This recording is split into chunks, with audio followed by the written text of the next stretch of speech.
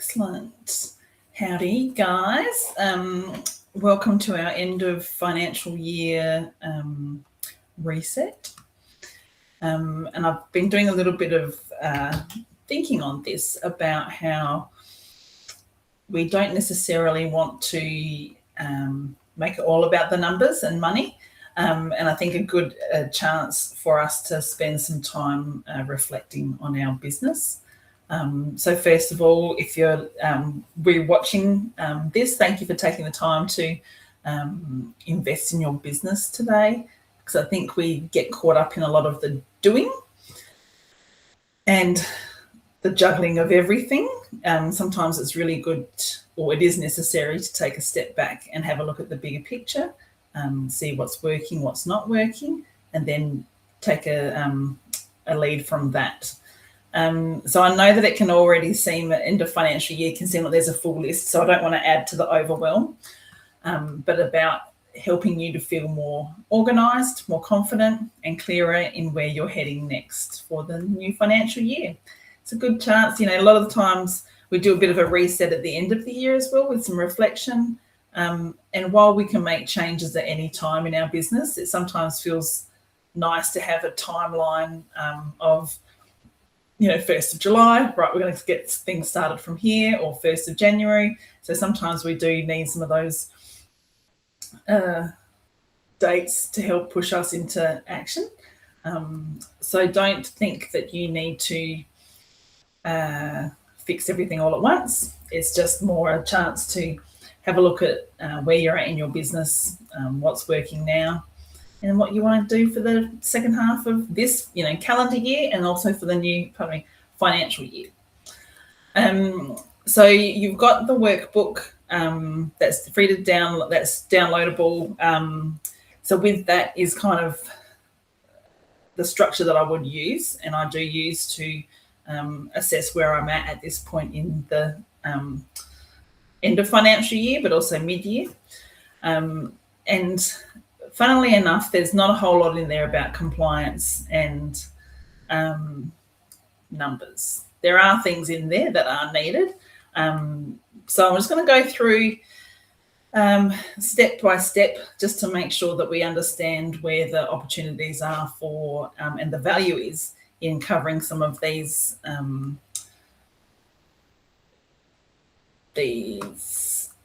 areas. So what we'll cover today is sort of split up into 4 weeks, really. So, and it can start now. So you can go from now until middle of July. You can start at the end of June and just work through this in July. You can even go into August. Look, it doesn't actually matter, apart from the compliance and the numbers and the financial aspects reporting from a business point of view.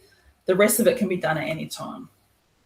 So don't feel that you have to do it by a certain date. So, and the practice of doing this reflection, adapting, making clear plans with targets that are, relevant to your business, that action is almost like a muscle. So the more that you do it, the easier it is to implement ongoing, and not just wait for these sort of key dates to activate that reflection muscle. So first week, we will look at getting organised. So actually working out what does need to be done. Where are we at? What needs to be done before June 30th? So the outstanding invoices, I'm just going to read through my notes so that I don't miss anything. Receipts, expenses, they need to be recorded. If you're using something like Xero and working, or QuickBooks or MyOb, they usually have lots of tools around end of financial year, short clips and reminders and things like that.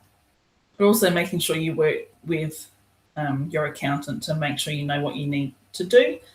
If you do employ people, or you're employee of the business or company, payroll records, your super obligations, so that all needs to be paid and tidied up. Any asset purchases, BAS records, accountant questions. So that's really the timely things. So we're not going to start now by doing our forecast into next year. It's actually, let's tidy all this stuff up. I was going to say shit then, but let's tidy all this stuff up to make sure that we've got all the information to make better decisions for that planning. So make sure that you've reconciled everything, or the bookkeeper has. Make sure that your P&Ls will reflect what's actually happening. So making sure you've got all of those under. Oh my goodness, I've got you on every time I go on camera. So to reduce future stress and unknowns, let's make sure that we've prepared ourselves for the actual numbers that we need to gather, and tidy all of those loose ends there. The next part is sort of having a think about, well, what is currently sitting in, and I did this week, but what's been sitting on my desk as a bit of a pile. Let's group them together. Where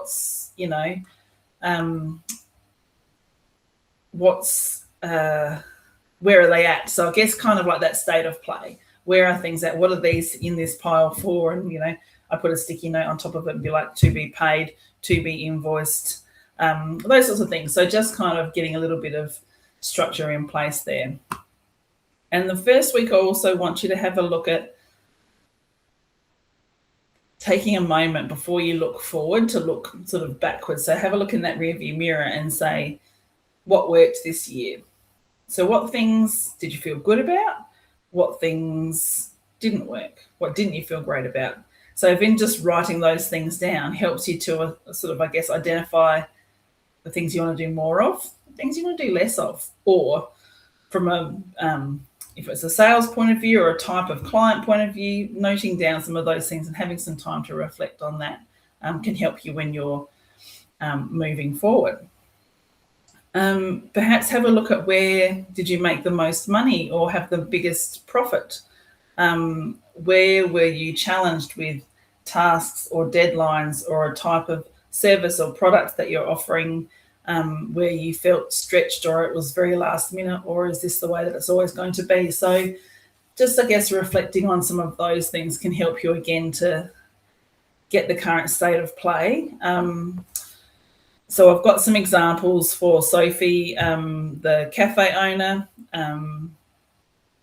which I can't read because it's too small on my computer. It's in the workbook. So I wanted to put in there, there's some examples. So this is our, fake person, Sophie. But as a cafe owner, give some kind of practical applications or examples of what that reflection, and part of that process can look like. So you can follow that through. The second week is really about making sure that you sort your numbers. And yes, that does mean financial numbers, but also it can tell you so much more. So they tell you a story and they inform you of what's going on. So it's not about, I think a lot of people do avoid it because we don't like the story that it's telling. And from personal experience, that's not good. That won't be helpful. It won't teach us what we need to know about our business. So making sure that you do acknowledge and look at the numbers that have been from the last 12 months, because they will tell you where did you have, what was perhaps some seasonal variation, where did you have, ups and downs, were there family commitments that meant you had your eye less on the ball and so things dipped. So it can actually tell you quite a lot about how your business is running. So let's gather that information, and that way we can make better decisions going forward. So have a look for, your rough or your revenue, your biggest costs, look for seasonal patterns, make sure you complete your BAS and your GST reporting if you're registered, and review the ATO portal. So even if you do have a great accountant and bookkeeper, this should be your role as a business owner, business leader, to really understand and know. As a partnership, you need to know your numbers inside and out, as well as them. Don't handball that off, because you need to understand what those numbers are telling you for a successful and sustainable business.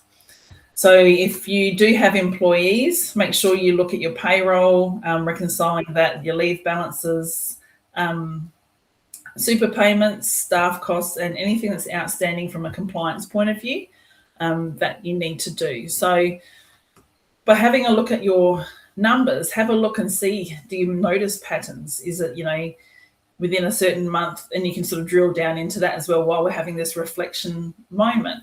Within a month, are there certain weeks, days that are more busy? Does it ebb and flow? And if you can understand your business better, it means that, for a lot of retail businesses, if they go, oh, it's quiet in February, it's okay. We're good. We're not panicking. We know that it's quiet in February.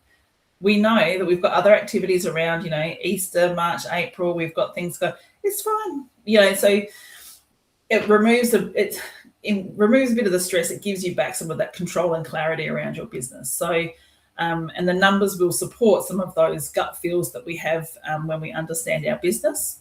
So we really want to make sure that the numbers are telling us are correct. So are then going to tell us the right information. So this is just about being aware, especially if you do have employees. Those payday super changes will come on the 1st of July. Probably. Oh my goodness me. So make sure that you're really aware of that. So even if, again, you do have a bookkeeper or a really good accountant, what can you do to make your employees feel better about that change as well? So communicate that you're on top of it, you know what's going on.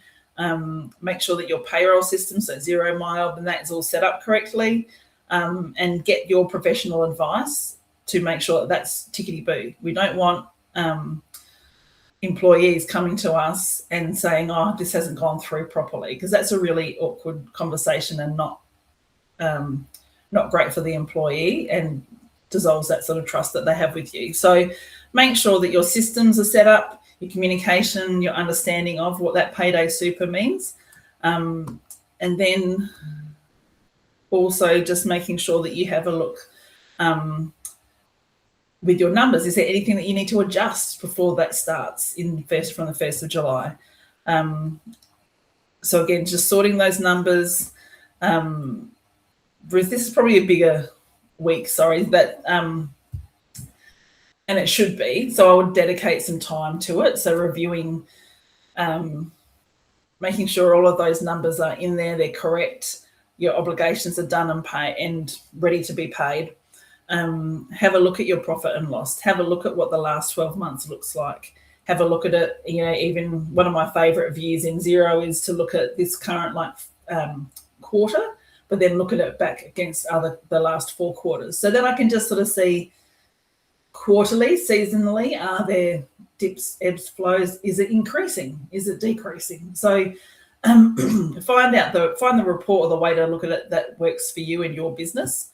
Have a look at your total income and your total expenses. Really drill down. Oh, gosh, we wasted so much on subscriptions or on cleaning or something like that.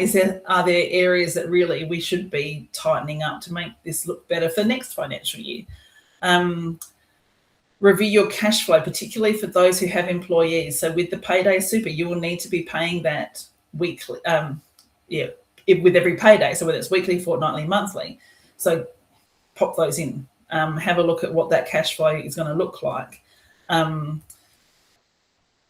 So make sure that you have, again, that visibility about those numbers. So it's not about fixing everything. It's just, let's have a look at it and really accept this is what it has been, because then we can do something about it. So just start to sort of work through what is standing out about your numbers this week. So in the week 2, and then maybe see, have a sort of reflection, go, oh, what stands out about it? Gosh, I didn't realize that we were spending so much on X, or wow, we really made good money in these months or, times of the year. What happened then, so that we can actually do more of that, do more of the stuff that sells, do more of the, we did that marketing campaign and we put money on ads for here and we got this much in return. Well, okay, let's do more of those. So the numbers can really help you make decisions going forward. The next part of the workbook is about where you can simplify your business. So it's a little bit of systems. It's about where is your business messy. So can you identify, look, we just spend so much time replying to these questions. We spend so much time doing the X, and then what's taking too much time. So just sort of reflecting, we're not trying to fix it right now, but what could be simplified? Like what areas could be improved? So could we cut out on some, can we make a client onboarding easier? Could we make our sales purchase process easier? So what's it going to look like? Or what's holding us up at a bit of a bottleneck at the moment? So just having a look at where that sort of messiness is. And then also just having a look at not having to overhaul our marketing, but let's just make sure that we're being consistent. So having a look at our marketing efforts. If you don't have a marketing manager and a solid strategy in place, then let's just make sure that we take a step back and see what's been working, what's not been working. So let's stop what's not been working. Let's just start to be really consistent for the next 30, 90 days and just get a bit of a plan in place for that. So we can go through in another stage the whole marketing strategy and plan, but at least now let's just be honest about where's it not working, where's it not working. And like I said, like this process of reflecting and reviewing these aspects of your business is like a muscle. So the more that you do it, the more naturally it will come to you in everyday things, you know. So, you know, my old netball coach used to say, which is a famous quote, but insanity is the same thing as is doing the same thing over and over again and expecting a different result. Applicable on the netball court, but also applicable in life and business and personal life. So again, let's not be insane. Let's not do the same thing and expect different results. So really just making sure that you're giving yourself some space to simplify some things for the next 30 days. So it's that sort of stop, start, continue. Stop wasting time or energy or funds. Start doing the things that's worth, you know, testing or is working well, and continue what's already doing. So stop, start, continue is a good way to look at that. You know, and part of the marketing aspect of it is, you know, where are your best customers coming from? So let's focus on that. If it's referrals and word of mouth and or, you know, use what's working and double down on that. So you want to have some, you know, some different channels where people are finding you and coming in, but certainly let's boost what's already working. And then once you've done all that, sort of acknowledge where things are at, how you're feeling in your business, make sure you get to know your numbers. What are your numbers? The compliance part of it, the reporting part of it, looking at your financial statements, having a look at your business and how you've been working. Is that messy? Is it sustainable? Can we keep doing that? What's not working?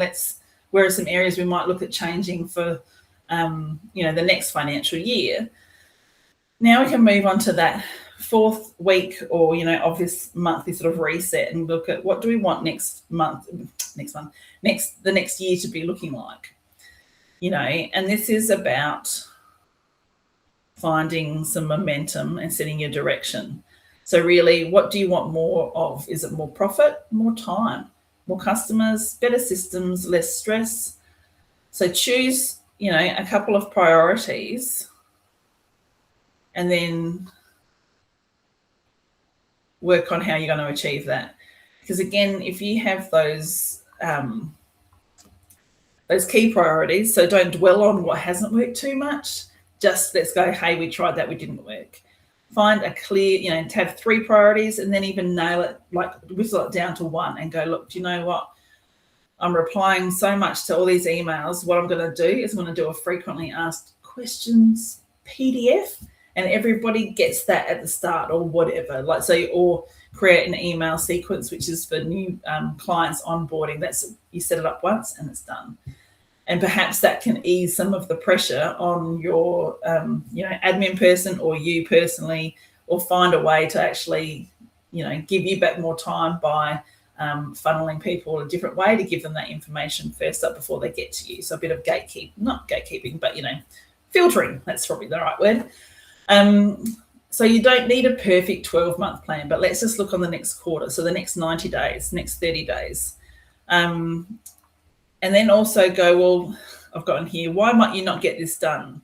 Because you might have shiny object syndrome, overwhelmed pile, waiting on others, cash flow crunch, messy systems, burnout. So be honest about these. This is going to be really challenging for me in the next 30 days.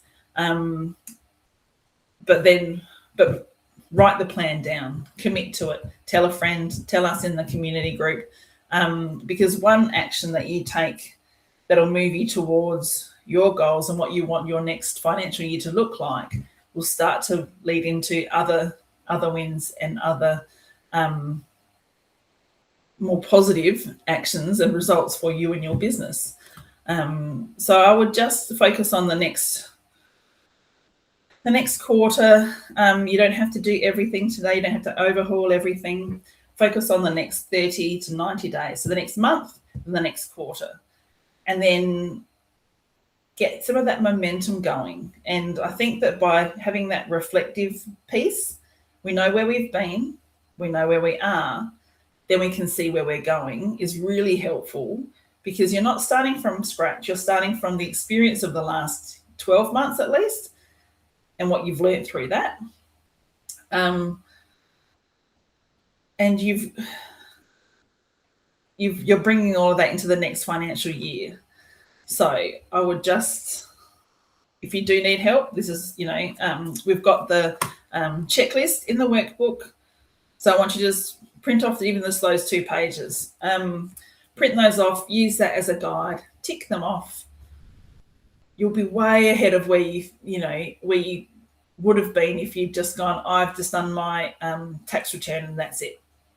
So I really want you to make sure that you do have that checklist, complete that, know your profit and loss, know what it looks like, review it, reflect on it. Why was it like this then? Or, what are the numbers telling you? So just take some of that time to do that.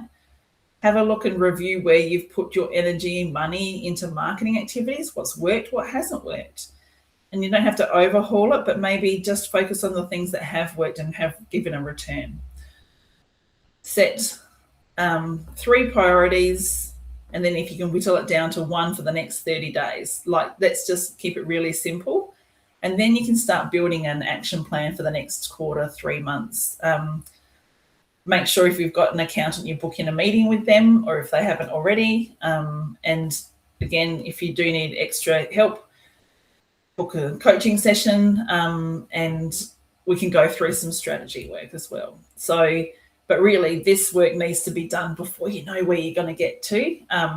But so that reviewing is just really important. So happy end of financial year. I hope that was helpful. And if you do have any questions, just pop it in the group, the community chat. And we'll see you next month. Bye.